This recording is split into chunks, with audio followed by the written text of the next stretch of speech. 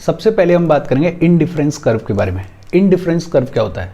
अगर बहुत simple language में बोलें तो it is a graphical representation of different combinations of two goods that provide equal level of satisfaction and utility to a consumer. दो goods के ऐसे अलग अलग कॉम्बिनेशंस जो कि कंज्यूमर को इक्वल लेवल का सेटिस्फैक्शन और यूटिलिटी प्रोवाइड करते हैं। उन डिफरेंट कॉम्बिनेशंस को जब हम ग्राफ पर रिप्रेजेंट करते हैं तो जो कर्व बनता है उसको बुलाया जाता है इनडिफरेंस कर्व। ये क्या कहने की कोशिश की जा रही है, इसको एक एग्जाम्पल के थ्रू समझने की कोशिश करते हैं। और बहुत इजी एग्जाम्पल ले रहे हैं हम। मान लेते हैं कि आप शाम को वर्कआउट करके घर वापस आए और आपकी मदर ने पूछा कि बेटा क्या खाएगा, और आपने बोला कि कुछ बिस्किट्स दे दो और कुछ बनानास दे दो। आपकी मदर ने बोला कि एक बिस्किट ले ले और 12 बनानास ले ले। आपने बोला ठीक है, कोई दिक्कत नहीं है। लेकिन इतनी देर में आपका छोटा भाई दौड़ते हुए आया और बोला कि भैया मुझे भी बनानास खाने हैं, आप मेरे से एक बिस्किट ले लो और कुछ बनानास मुझे दे दो। आपने बोला ठीक है, मैं 2 बिस्किट्स खा लूँगा और 8 बनानास खा लूँगा, कोई दिक्कत वाली बात नहीं है। इतनी देर में आपकी छोटी बहन आई, उसने बोला कि भैया कुछ बनानास मुझे भी खाने हैं, आप मेरे से एक और बिस्किट ले लो और मुझे कुछ बनानास दे दो। आपने बोला ठीक है, मैं 3 बिस्किट्स खा लूँगा और 5 बनानास खा लूँगा। ये जो आपका इनडिफरेंट एटीट्यूड है, ये जो आपका आई डोंट केयर एटीट्यूड है, ये जो आपने एक तरीके से कहने की कोशिश की है कि मुझे कोई फ़र्क नहीं पड़ता, मुझे इनमें से कोई भी कॉम्बिनेशन दे दो, मुझे इनमें से कोई भी कॉम्बिनेशन दे दो, मुझे बराबर का सेटिस्फैक्शन मिलेगा, मुझे बराबर की खुशी मिलेगी, मुझे बराबर की यूटिलिटी मिलेगी। ऐसे कॉम्बिनेशंस को जब ग्राफ में प्लॉट किया जाता है तो जो कर्व बनता है उस कर्व को बुलाया जाता है इनडिफरेंस कर्व। बेसिकली आप क्या कह रहे हो कि भले ही मुझे 1 बिस्किट और 12 बनाना दे दो, भले ही मुझे 5 बिस्किट और 2 बनाना दे दो, भले ही मुझे 3 बिस्किट और 5 बनाना दे दो, मुझे इनमें से कोई भी कॉम्बिनेशन प्रोवाइड कर दो, मुझे बराबर का सेटिस्फैक्शन मिलेगा, मुझे बराबर की खुशी मिलेगी। और आपका सेटिस्फैक्शन, आपकी खुशी, उसको मेजर नहीं किया जा सकता है, वो आपके अंदर की फीलिंग है। आप ये बता रहे हो कि मुझे कोई सा भी कॉम्बिनेशन दे दो, मुझे बराबर का सेटिस्फैक्शन मिलेगा। जब ऐसे कॉम्बिनेशंस को ग्राफ में प्लॉट किया जाता है, ग्राफिकली रिप्रेजेंट किया जाता है, तो जो कर्व बनता है उसको बुलाया जाता है इनडिफरेंस कर्व। और यही कहा जा रहा है कि दो गुड्स के ऐसे अलग अलग कॉम्बिनेशंस जो कि एक कंज्यूमर को इक्वल लेवल का सेटिस्फैक्शन और यूटिलिटी प्रोवाइड करते हैं, उन डिफरेंट कॉम्बिनेशंस के ग्राफिकल रिप्रेजेंटेशन को इनडिफरेंस कर्व कहा जाता है। बहुत सिंपल। एक सवाल ये आता है कि इनडिफरेंस कर्व को यूज़ कहाँ किया जाता है? इसको यूज़ किया जाता है कंज्यूमर के बिहेवियर को स्टडी करने के लिए, इसको यूज़ किया जाता है कंज्यूमर के डिसीजंस को स्टडी करने के लिए। और किसी भी इकोनॉमी में कंज्यूमर का बिहेवियर और कंज्यूमर के डिसीजंस बड़ा इंपॉर्टेंट रोल प्ले करते हैं। एक चीज़ इनडिफरेंस कर्व क्या होता है, होपफुली आपको समझ में आया होगा। दूसरा, इकोनॉमी में इन जनरल हम मानते हैं द मोर द बेटर, जितना ज़्यादा मिले उतना बेहतर है। फॉर एग्जाम्पल, आपको कोई बोले कि 1 बिस्किट और 1 बनाना ले ले, या फिर आपको बोले कि 2 बिस्किट और 8 बनाना ले ले, या फिर आपको बोले कि 10 बिस्किट और 30 बनाना ले ले। आप कौन सा वाला ऑप्शन प्रेफर करोगे? बट ऑब्वियस सी बात है, आप ये वाला ऑप्शन प्रेफर करोगे। देखो, 1 बिस्किट 1 बनाना कहीं यहाँ पे होगा, 2 बिस्किट 8 बनाना कहीं यहाँ पे है, और 10 बिस्किट 30 बनाना कहीं यहाँ पे होगा। मतलब एक एक वाले कॉम्बिनेशंस बनेंगे और उसका जो इनडिफरेंस कर्व होगा वो कहीं यहाँ पे बनेगा। 2-8 वाला इनडिफरेंस कर्व यहाँ पे बन रहा है, और 10-30 और उसके जो कॉम्बिनेशंस आप बनाओगे उसका कर्व कहीं यहाँ पे बनेगा। ये क्या दिखाता है? देखो, यहाँ पे आपको जो नंबर ऑफ गुड्स मिल रहे हैं वो कम मिल रहे हैं, आपका जो सेटिस्फैक्शन का लेवल है वो 1 है। लेकिन यहाँ पे जो आपको नंबर ऑफ गुड्स मिल रहे हैं वो ज़्यादा मिल रहे हैं, आप थोड़ा ज़्यादा सेटिस्फाइड हो, आप थोड़ा ज़्यादा खुश हो। लेकिन यहाँ पे आपको नंबर ऑफ गुड्स और ज़्यादा मिल रहे हैं, तो आपका जो सेटिस्फैक्शन का लेवल है वो पहले से और ज़्यादा है, आप और ज़्यादा सेटिस्फाइड हो, आप और ज़्यादा खुश हो। इसका मतलब क्या है? इसका मतलब ये है कि आप एक्सिस से जितना ज़्यादा दूर जाते जाओगे, आपका इनडिफरेंस कर्व एक्सिस से जितना ज़्यादा दूर बनेगा, उतना ज़्यादा वो दिखाता है कि आपके जो कंज्यूमर का सेटिस्फैक्शन का लेवल है वो हाई है। और ये जो बहुत सारे इनडिफरेंस कर्व्स बन रहे हैं, इसको बुलाया जाता है इनडिफरेंस मैप। क्या बुलाया जाता है? Indifference map. दो चीज़ें हैं, एक तो इंडिफरेंस कर्व क्या होता है, दो गुड्स के डिफरेंट कॉम्बिनेशंस के, ऐसे कॉम्बिनेशंस के जो कि एक कंज्यूमर के इक्वल लेवल ऑफ सेटिस्फेक्शन और यूटिलिटी को दिखाते हैं, उनके ग्राफिकल रिप्रेजेंटेशन को इंडिफरेंस कर्व कहा जाता है। ये अपने को समझ में आ रहा है। और दूसरा अपन ने बात ये की कि इस एक्सिस से जितना ज़्यादा दूर आपका इंडिफरेंस कर्व होगा, उतना ज़्यादा आपका जो कंज्यूमर है वो सेटिस्फाइड होगा, वो हैप्पी होगा। ये दोनों चीज़ आपको समझनी चाहिए। अच्छा, ये जो इंडिफरेंस कर्व है इसकी कुछ प्रॉपर्टीज़ हैं, जैसे it is convex in origin, इसमें कोई दिक्कत है ही नहीं। इसका जो स्लोप है उसको कहा जाता है marginal rate of substitution. Slope को क्या कहा जाता है, मार्जिनल रेट ऑफ सब्सटीट्यूशन। और क्यों कहा जाता है इसको भी समझो, ये भी थोड़ा इंटरेस्टिंग है। देखो, पहले आपको बोला गया था कि एक बिस्किट और 12 बनानाज ले ले, आपने बोला ठीक है मुझे कोई दिक्कत नहीं है। फिर आपका भाई आया, उसने बोला कि भैया मेरे से एक बिस्किट ले लो लेकिन बदले में मुझे कुछ बनानास दे दो। आपके पास में बनानास 12 थे, तो आपने बोला कि चल ठीक है 4 बनानास मैं तेरे को दे देता हूँ, कोई दिक्कत वाली बात नहीं है। फिर आपकी बहन आई, उसने बोला कि भैया मेरे से भी एक बिस्किट ले लो और मुझे भी 4 बनानास दे दो। लेकिन अब आपके पास में सिर्फ 8 बनानास हैं और आपको दिख रहा है कि 4 दे दिए तो मेरे पास 4 ही रह जाएंगे। तो अब आप क्या कोशिश कर रहे हो कि कम से कम सब्स्टिट्यूट करके मुझे एक और बिस्किट मिल जाए। तो आप अपनी बहन को बोल रहे हो कि देख एक बिस्किट तो देना ही पड़ेगा तेरे को, लेकिन मैं तेरे को बदले में सिर्फ 3 बनानास दूंगा। फिर मान लेते हैं कि आपका एक और भाई आ गया और उसने बोला कि भैया एक बिस्किट मेरे से भी ले लो और मुझे भी 3 बनानास दे दो, लेकिन अब आपके पास में सिर्फ 5 बनानास हैं। अब आप कोशिश कर रहे हो कि 2 बनाना के बदले में ही मुझे एक बिस्किट मिल जाए। ये होता है आमतौर पे जब आपके पास में किसी चीज़ की क्वांटिटी ज़्यादा होती है, तो आप उसको गिव अप करने के लिए, किसी दूसरे गुड के बदले में एक्सचेंज करने के लिए थोड़ा ज़्यादा विलिंग होते हो, थोड़ा ज़्यादा तैयार होते हो। जैसे पहले आपके पास में 12 बनानास थे, तो एक बिस्किट के बदले आप 4 बनानास देने को तैयार थे। लेकिन जैसे जैसे उस गुड की क्वांटिटी आपके पास में कम होने लगती है, तो आप ये चाहते हो कि कम से कम एक्सचेंज करना पड़े और ज़्यादा से ज़्यादा दूसरा वाला गुड मिल जाए। यहाँ पे आपको मिल तो एक ही बिस्किट रहा है अभी भी, लेकिन एक्सचेंज कितना कर रहे हो आप, सिर्फ 3 कर रहे हो। फिर एक्सचेंज कितना कर रहे हो, सिर्फ 2 कर रहे हो। आमतौर पे लाइफ में यही होता है। कोई इंसान आपके लिए बहुत ज़्यादा अवेलेबल है, आप उसकी उतनी वैल्यू नहीं करते हो, लेकिन अगर वो इंसान सडनली गायब होने लग जाए, आपको इंपॉर्टेंस देना कम कर दे, तब आपको रियलाइज़ होता है कि यार इंपॉर्टेंट आदमी था, वैल्यू देनी चाहिए थी। तब आपको उसकी वैल्यू याद आती है।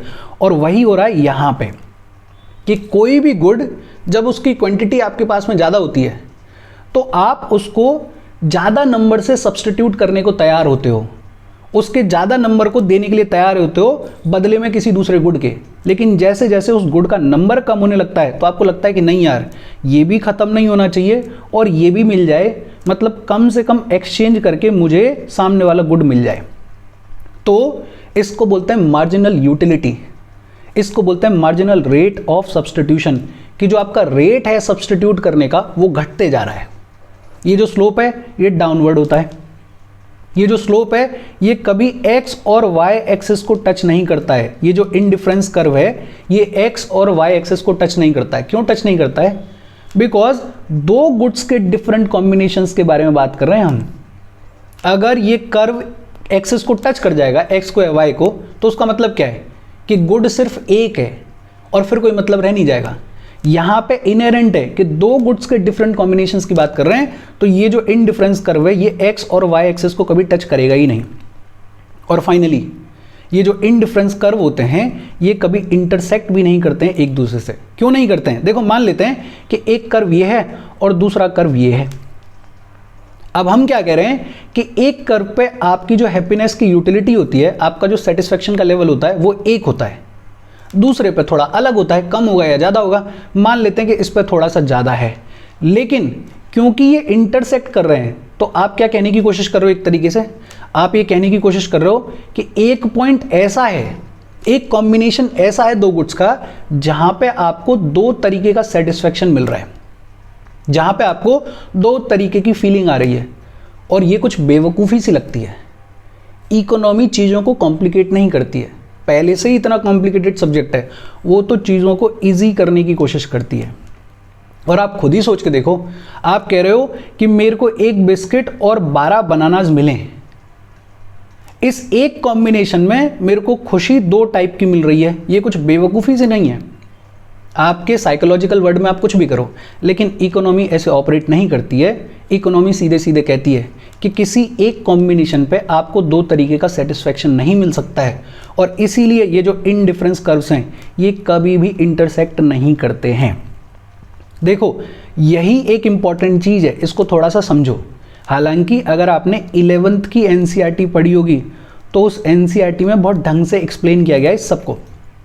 अगर नहीं पढ़ी है तो पढ़ लेना, अपन उसको भी कवर करेंगे जब ये खत्म हो जाएगा, टाइम आएगा तो। 2-3 चीज़ें याद रखो। एक तो इनडिफरेंस कर्व क्या होता है, 2 गुड्स के ऐसे अलग अलग कॉम्बिनेशंस जो कि कंज्यूमर को इक्वल लेवल का, बराबर लेवल का, ये इंपॉर्टेंट है, इक्वल लेवल का सेटिस्फैक्शन और यूटिलिटी प्रोवाइड करते हैं। उन डिफरेंट कॉम्बिनेशंस के ग्राफिकल रिप्रेजेंटेशन को कहा जाता है इनडिफरेंस कर्व। दूसरा, जितना ज़्यादा आपका इनडिफरेंस कर्व इस एक्सिस से दूर होगा वो दिखाएगा कि आपका कंज्यूमर उतना ज़्यादा सेटिस्फाइड है, ये भी समझ में आता है। तीसरा, ये जो स्लोप है इसको बुलाया जाता है मार्जिनल रेट ऑफ सब्स्टिट्यूशन, क्योंकि आपका जो रेट ऑफ सब्स्टिट्यूशन है वो घटते जाता है जैसे जैसे आपकी क्वांटिटी कम होती है, ये भी आपको समझ में आ रहा होगा। चौथा, ये जो इनडिफरेंट कर्व्स हैं ये एक दूसरे के साथ में किसी भी पॉइंट ऑफ टाइम पे इंटरसेक्ट नहीं करते हैं। इन चीज़ों को याद रखो, बाकी तो जनरल चीज़ें हैं। अच्छा, वीडियो पे लाइक के बटन को दबा दो, लाइक दबाना ज़रूरी है, बिकॉज यूट्यूब वीडियो को कंसिडर करता है और थोड़ा सा पुश कर देता है, तो लाइक का बटन दबा दो। ये तो मेरे बिना बोले दबा दिया करो, मैं बोलूँ ना बोलूँ भूल जाऊँ, दबा दिया करो। शेयर कर दो अपने सोशल मीडिया हैंडल्स पे, व्हाट्सएप वगैरह पे अपने फ्रेंड्स को, या जो भी लोग इसमें इंटरेस्टेड हैं उनको शेयर कर दो, और चैनल को सब्सक्राइब कर लो। अच्छा, इनडिफरेंस कर्व के बाद बात आती है प्रोडक्शन फंक्शन के बारे में। प्रोडक्शन फंक्शन क्या होता है? बहुत सिंपल। कोई फर्म है, कोई इंडस्ट्री है, वो कुछ इनपुट्स को यूज़ करती है, और इन इनपुट्स को यूज़ करके वो फर्म एक आउटपुट प्रोड्यूस करती है। ये जो इनपुट्स यूज़ किए जा रहे हैं और ये जो आउटपुट प्रोड्यूस हो रहा है, इन दोनों के बीच के रिलेशनशिप को कहा जाता है प्रोडक्शन फंक्शन। बहुत सिंपल।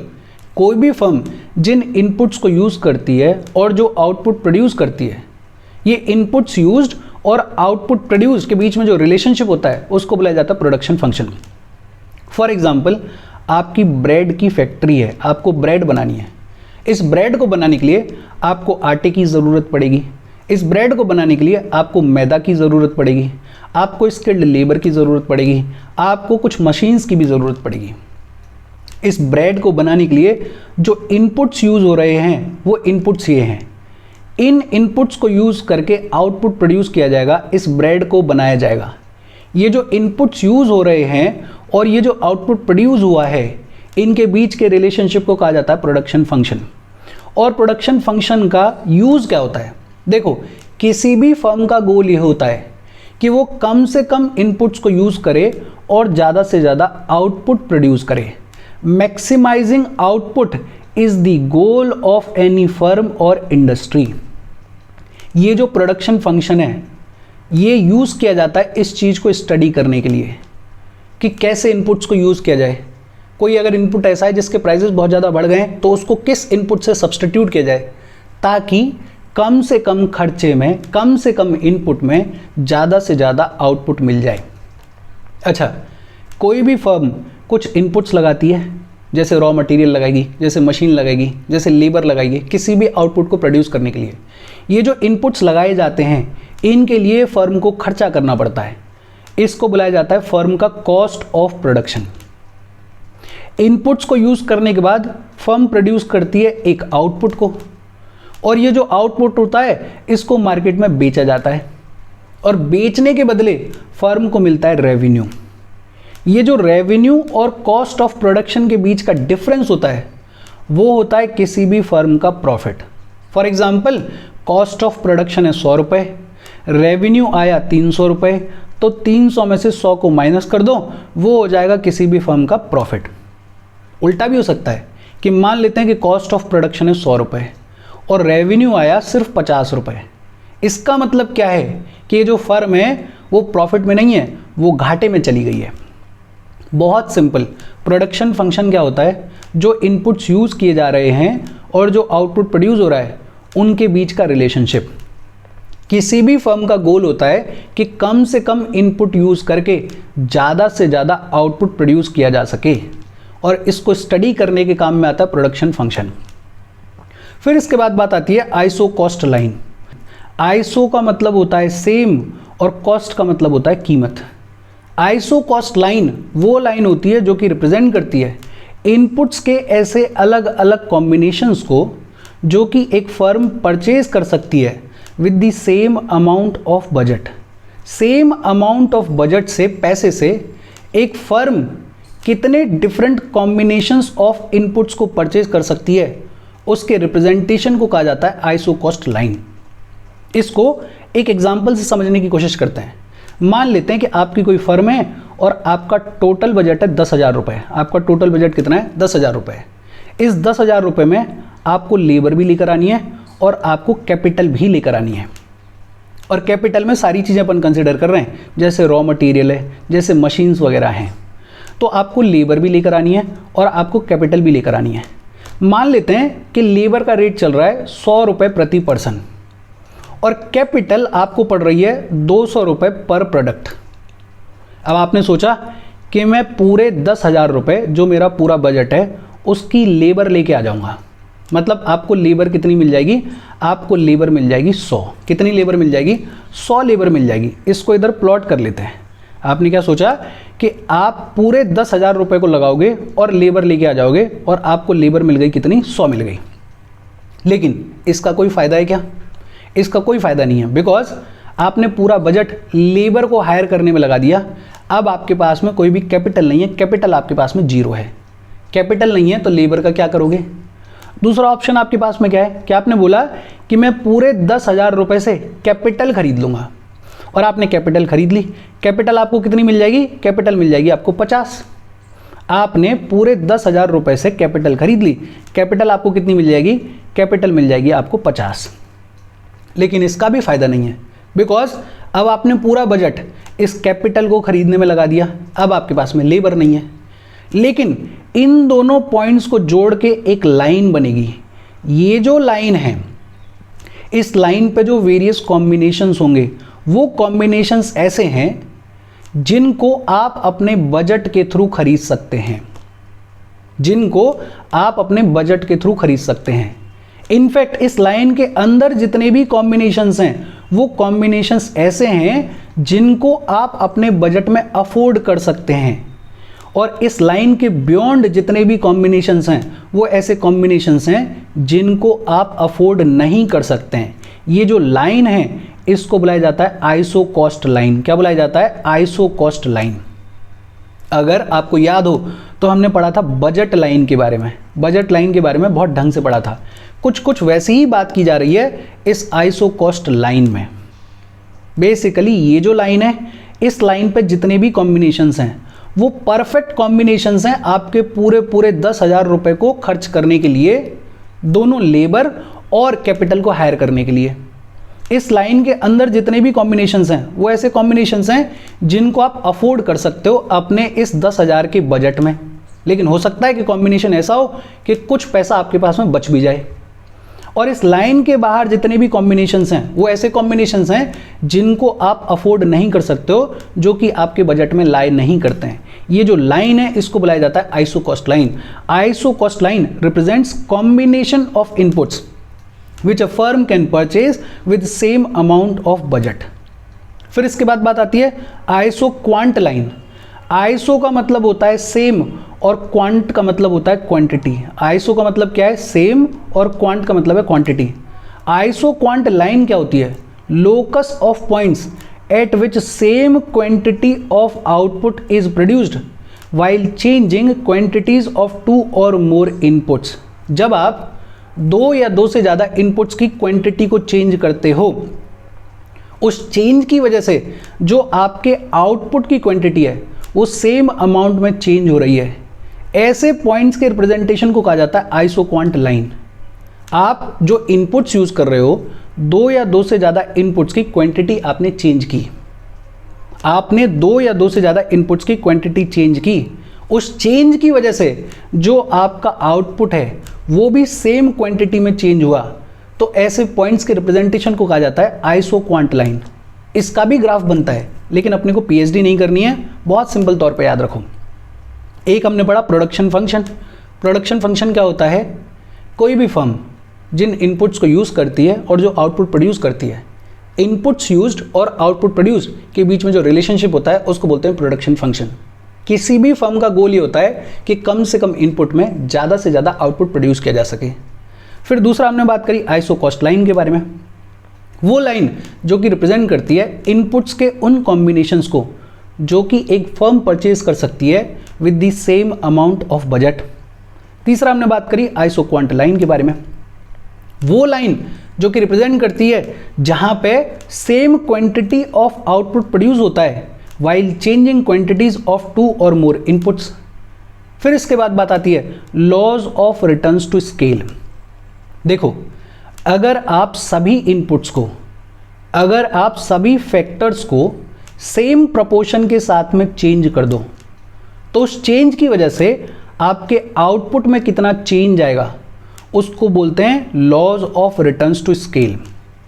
फॉर एग्जाम्पल, हमारा ये जो एग्जाम्पल है इसमें ये जितने भी इनपुट्स हैं आप इनको सेम प्रोपोर्शन के साथ में, सेम रेट के साथ में सारे इनपुट्स को चेंज कर दो। जैसे सबको 5% से बढ़ा दो, सब इनपुट्स को सेम प्रोपोर्शन के साथ में चेंज कर दो, तो इस चेंज की वजह से आउटपुट में कितना चेंज आएगा उसको कहा जाता है laws of returns to scale. और ये 3 टाइप से हो सकता है। एक होता है increasing returns to scale. Increasing returns to scale का मतलब when output increases at higher rate than rate of increase in all factors of production. आपके जितने भी फैक्टर्स ऑफ प्रोडक्शन है, आपके जितने भी इनपुट्स हैं, उनको आपने एक रेट से इंक्रीज किया, उनको आपने एक रेट से बढ़ाया। मान लेते हैं कि सभी फैक्टर्स ऑफ प्रोडक्शन को आपने 5% से इंक्रीज किया। इस इंक्रीज की वजह से आपका जो आउटपुट है वो इंक्रीज हो रहा है हायर रेट पे, तो इसको कहा जाएगा increasing returns to scale. For example, आपने सभी फैक्टर्स ऑफ प्रोडक्शन को, आपने सभी इनपुट्स को 5% की रेट से इंक्रीज किया था, लेकिन आपका जो आउटपुट है वो इंक्रीज हो रहा है 25% की रेट से। मतलब आपका आउटपुट हायर रेट पे इंक्रीज हो रहा है, आपको फायदा हो रहा है। इसको बुलाया जाता है इंक्रीजिंग रिटर्न्स टू स्केल।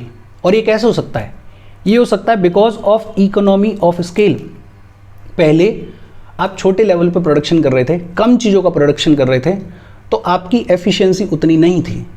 लेकिन अब आप लार्ज स्केल पे प्रोडक्शन कर रहे हो तो आपकी एफिशिएंसी बढ़ गई है, और उसकी वजह से जो आपके आउटपुट के इंक्रीज होने का रेट है वो भी इंक्रीज हो गया है। या फिर ये हो सकता है कि स्पेशलाइजेशन थ्रू बेटर लेबर हो गया है, लेबर बढ़िया आ गई है तो ज़्यादा स्पेशलाइजेशन हो गया। दूसरा सिनेरियो क्या हो सकता है? कांस्टेंट रिटर्न्स टू स्केल, कि आपने जितने रेट से सभी फैक्टर्स ऑफ प्रोडक्शन को इंक्रीज किया, आपने जितने रेट से सभी इनपुट्स को इंक्रीज किया, उतने ही रेट से आपका आउटपुट भी इंक्रीज हो रहा है। मतलब कोई फर्क नहीं पड़ रहा। जितना रेट से 5% मान लेते हैं कि 5% की रेट से आपने सभी इनपुट्स को इंक्रीज किया, आपका जो आउटपुट है वो भी 5% की रेट से इंक्रीज हो रहा है, तो इसको बुलाया जाता है कांस्टेंट रिटर्न्स टू स्केल। और फिर तीसरा होता है डिमिनिशिंग रिटर्न्स टू स्केल। आपने सभी फैक्टर्स ऑफ प्रोडक्शन को एक सर्टेन रेट से इंक्रीज किया, मान लेते हैं कि 10% की रेट से इंक्रीज किया, लेकिन जो आपका आउटपुट इंक्रीज हो रहा है वो लोअर रेट पे हो रहा है, वो मान लेते हैं कि सिर्फ 3% से इंक्रीज हो रहा है। मतलब आपको घाटा हो रहा है। इनपुट ज़्यादा बढ़ा रहे हो आप, लेकिन आउटपुट उतना नहीं बढ़ा है। इसको बोलते हैं डिमिनिशिंग रिटर्न्स टू स्केल। देखो, एक बार फिर से देखते हैं। हमने बात ये की कि इनडिफरेंस कर्व क्या होता है। इनडिफरेंस कर्व दो गुड्स के ऐसे अलग अलग कॉम्बिनेशंस जो कि एक कंज्यूमर को इक्वल लेवल का सेटिस्फेक्शन और यूटिलिटी प्रोवाइड करते हैं, ऐसे डिफरेंट कॉम्बिनेशंस के ग्राफिकल रिप्रेजेंटेशन को कहा जाता है इनडिफरेंस कर्व। दूसरा, ये जो इनडिफरेंस कर्व है, ये जितना ज़्यादा दूर होगा एक्सेस से, उतना ज़्यादा आपका कंज्यूमर सेटिस्फाइड होगा, बिकॉज उसको ज़्यादा गुड्स मिल रहे होंगे। ये जो बहुत सारे इनडिफरेंस कर्व्स बने हुए हैं, इसको बोला जाता है इनडिफरेंस मैप। ये जो स्लोप है इसको कहा जाता है मार्जिनल रेट ऑफ सब्स्टिट्यूशन। क्यों कहा जाता है वो अपन ने देख लिया। ये जो इनडिफरेंस कर्व है ये कभी y और x एक्सिस को टच नहीं करता है, और ये इनडिफरेंस कर्व्स कभी भी एक दूसरे को इंटरसेक्ट नहीं करते हैं। कोई रॉकेट साइंस नहीं है, बहुत सिंपल है। अगर आपको एग्जाम्पल समझ में आ गया तो ये आपको समझ में आ जाएगा, और इसको रटने की ज़रूरत नहीं है। बस एग्जाम्पल से चीज़ों को समझो कि ये कहने की कोशिश क्या की जा रही है। इसका कॉन्सेप्ट अगर आपको समझ में आ गया, ये समझ में आ गया कि कंज्यूमर बिहेवियर को स्टडी करने के काम में आता है। भाई आपका बिहेवियर है ना कि आप बिस्किट्स को ज़्यादा प्रेफर कर रहे हो या बनानास को ज़्यादा प्रेफर कर रहे हो, उसके हिसाब से जो ओवरऑल डिमांड है उस पर फ़र्क पड़ेगा ना। सोचो, एक आपका लेवल है लेकिन पूरे देश में करोड़ों लोग जो हैं वो ऐसे ही बिहेव कर रहे हैं। अब उन सब के बिहेवियर को अगर आप एनालाइज कर सकते हो तो आपको पता चल जाएगा ना कि डिमांड का क्या सिनेरियो होगा, आपको पता चल जाएगा ना कि प्राइसेस का क्या सिनेरियो होगा। इकोनॉमिस्ट को ये पता चल जाएगा कि कंज्यूमर किस तरीके से डिसीजन ले रहा है, और कंज्यूमर के डिसीजन का बड़ा इंपॉर्टेंट रोल है किसी भी इकोनॉमी में। फिर हमने बात करी प्रोडक्शन फंक्शन के बारे में। बहुत सिंपल, कोई फर्म है वो जो भी इनपुट्स को यूज़ कर रही है और जो भी आउटपुट प्रोड्यूस कर रही है उनके बीच के रिलेशनशिप को कहा जाता है प्रोडक्शन फंक्शन। किसी भी फर्म का गोल होता है कि कम से कम इनपुट में ज़्यादा से ज़्यादा आउटपुट मिले। आइसो कॉस्ट लाइन वो लाइन होती है जो कि रिप्रेजेंट करती है इनपुट्स के ऐसे कॉम्बिनेशंस को जो कि एक फर्म परचेज कर सकती है with the same amount of budget, और इसका एग्जाम्पल अपन ने यहाँ पे देख लिया है। फिर इसके बाद बात आती है आइसो क्वांट लाइन के बारे में। ऐसे पॉइंट्स जहाँ पे same quantity of output produce किया जाता है जब हम इनपुट्स की दो या दो से ज़्यादा क्वांटिटीज़ को चेंज करते हैं तो। फिर हमने पढ़ा laws of returns to scale के बारे में। आपने सभी फैक्टर्स ऑफ प्रोडक्शन को, आपने सभी इनपुट्स को सेम प्रोपोर्शन के साथ में चेंज किया। उस चेंज की वजह से आउटपुट कितना चेंज होगा उसको बुलाया जाता है laws of returns to scale. और ये जो रिटर्न्स टू स्केल है ये 3 टाइप से हो सकता है। एक हो सकता है इंक्रीजिंग, मतलब आपने जिस प्रोपोर्शन से इनपुट्स को इंक्रीज किया था उससे हायर रेट पे आपका आउटपुट इंक्रीज हुआ। एक हो सकता है कांस्टेंट, कि आपने जिस रेट से सभी इनपुट्स को इंक्रीज किया था उसी रेट से आपका आउटपुट इंक्रीज हुआ। और एक हो सकता है डिमिनिशिंग, कि आपने जिस रेट से सभी इनपुट्स को इंक्रीज किया था उससे कम रेट पे आपका आउटपुट इंक्रीज हुआ। इसको बोल देते हैं डिमिनिशिंग। और इसके साथ आज की अपनी बातचीत खत्म हो गई। आगे की बातचीत अपन आगे करेंगे। छोटे छोटे सेशंस में इसलिए रख रहा हूँ बिकॉज इनिशियली चीज़ें थोड़ी डिफ़िकल्ट हैं, थोड़ी वो हैं जो कि अनहर्ड हैं। जैसे मुझे कम उम्मीद है कि आपने इस इनडिफरेंस कर्व के बारे में सुना होगा, मुझे कम उम्मीद है कि आपने इस laws of returns to scale के बारे में सुना होगा। आमतौर पर अपन जीडीपी के बारे में सुनते हैं, आमतौर पर अपन इन्फ्लेशन के बारे में सुनते हैं। तो जब ये टॉपिक्स आएंगे इनके लिए अपन लंबे सेशंस बनाएंगे, लेकिन अभी शुरुआत है, चीज़ें थोड़ी अनहर्ड हैं। तो मैं चाहता हूँ कि छोटे छोटे सेशंस में आप चीज़ों को देखो और समझने की कोशिश करो, क्लियर आउट करो। बिकॉज ये बेसिक समझ में आ गए तो आगे जाके तो चीज़ें सुनी हुई भी हैं और इजी भी हैं, तो आपको थोड़ा और इजीली समझ में आएंगी। कोई डाउट हो कमेंट करके पूछ लेना। Thank you very much.